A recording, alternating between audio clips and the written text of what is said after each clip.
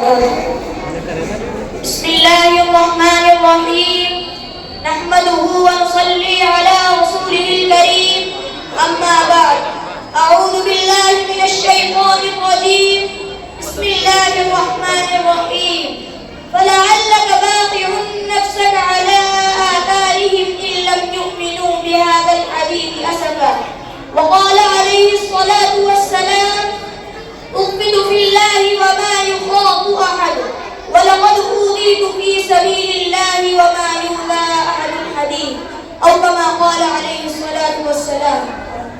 گوشہ گوشہ دنیا کا تھا خزاں کا گہوارہ، گوشہ گوشہ دنیا کا تھا خزاں کا گہوارہ، ساتھ میرے آقا کے دائمی بہار آئی.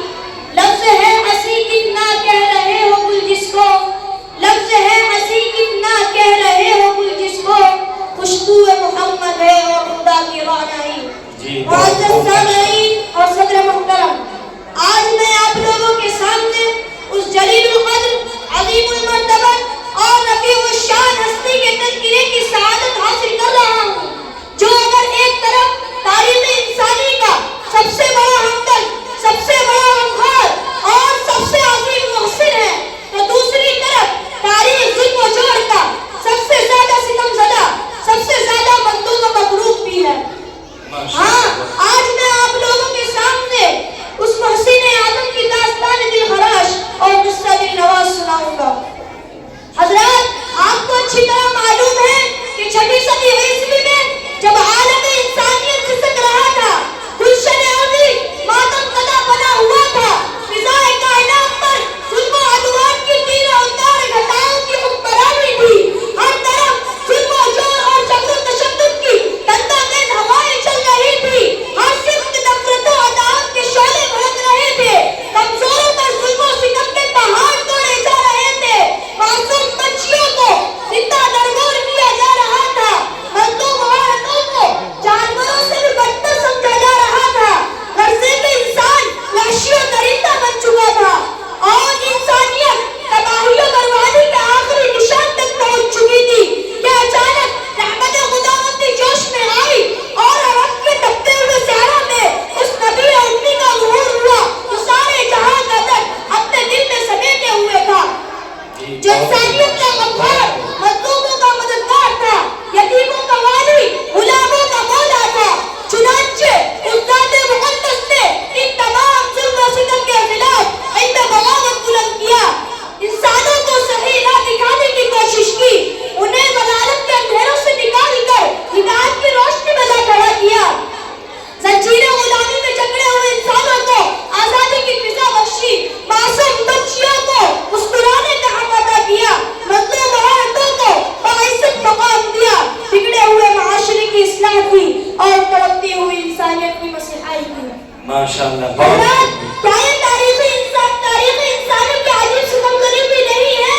کیا یہ دامن انسانیت پر حد و ودا نہیں ہے؟ کیا یہ شرافت و صداقت کا قتل عام نہیں ہے کہ وہ ذات جو لوگوں کی ہدایت کے لیے تڑپتی رہی، لوگ اسے پتھر مارتے رہے، وہ ذات جو لوگوں کی بھلائی کے لیے اپنے وجود کو بھلاتی رہی، لوگ اسے گالیاں دیتے رہے، وہ ذات جو لوگوں کو توتے غلامی سے نجات دلانے کے لیے پیشہ رہی، لوگ اس کی پشت پر اونٹ کا اوجھ رکھتے رہے، وہ ذات گرامی جو لوگوں کو ظلم و جور سے نجات دینے کے لیے پریشاں رہی، لوگ اسے معتبر کی سزائیں دیتے رہے، وہ ذات جو لوگوں کی کامیابی کے لیے دعائیں نیم شبی کرتی رہی، لوگ اسے قتل کرنے کے لیے ڈھاک لگاتے رہے، وہ ذات جس نے عورتوں کو سماج میں باعزت مقام بخشا تھا، انہیں عورتوں میں ایک بدبخت عورت اسے زہر کھلا کر اپنے بدبختانہ کردار کا مظاہرہ کرتی رہی.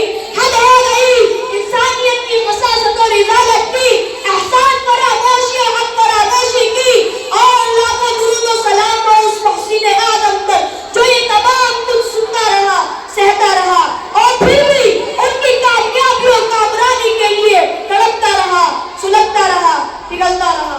بہت خوب. اور چاہے تنفسوں سے مقام حیرت و تعصب ہے کہ آج بھی روشن خیالی کا دعویٰ کرنے والی دنیا، خود کو مہذب کہنے والی دنیا، اپنے آپ کو ترقی یافتہ سمجھنے والی دنیا